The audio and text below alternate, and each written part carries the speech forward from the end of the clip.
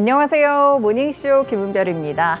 간밤 뉴욕 증시는 다시 한번 상승세를 보였습니다. 지금 나오는 지표들 자체는 사실 긍정적으로 보기는 조금 어려운 상황인데요. 물가가 예상보다 계속해서 높게 잡히는 상황 속에서 WTI와 브렌트유 모두 $90 선을 넘어서기도 했습니다.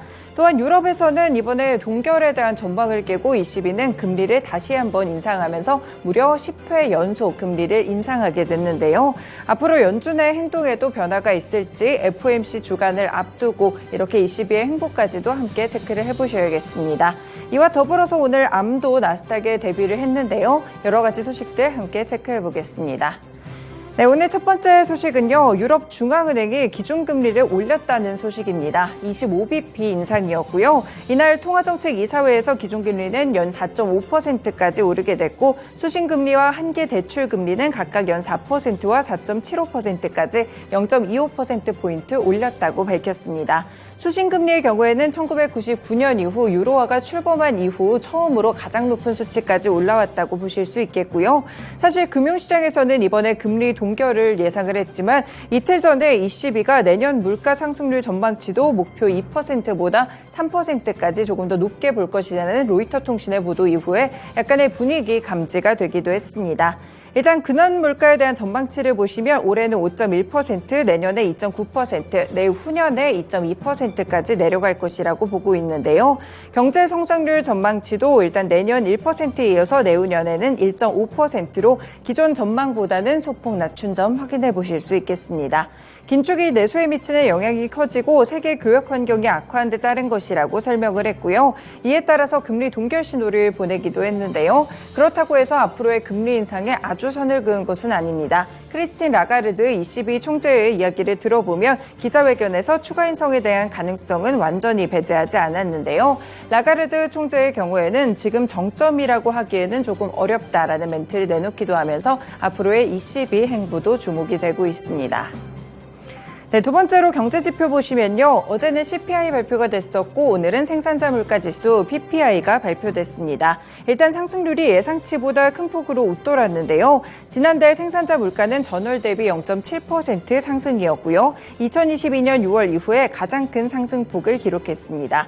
월가에서는 0.4% 정도 오를 것이라고 봤기 때문에 일단 월가의 예상치보다도 높은 수치가 나왔다는 점 함께 확인을 해보실 수가 있겠습니다. 네, 이렇게 생산자 물가 인플레이션 수치를 좀 살펴보시면 전월 대비 0.7%의 상승률이 눈에 띄고 있다는 점 체크해 보실 수 있겠고요.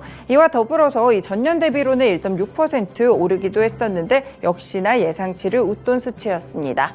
그렇다면 근원 PPI는 어땠을까요? 전월 대비 0.2% 오르는 수준에 그쳤는데요. 예상치와 부합하는 수치입니다. 이 근원 물가 자체가 변동성이 큰 에너지라든지 식품 물가를 뺀 것이기 때문에 결국 이번에 PPI 상승은 에너지에서 비롯이 됐다라고 살펴보실 수 있겠고요. 실제 PPI 에너지 지수는 10.5% 급등을 했습니다.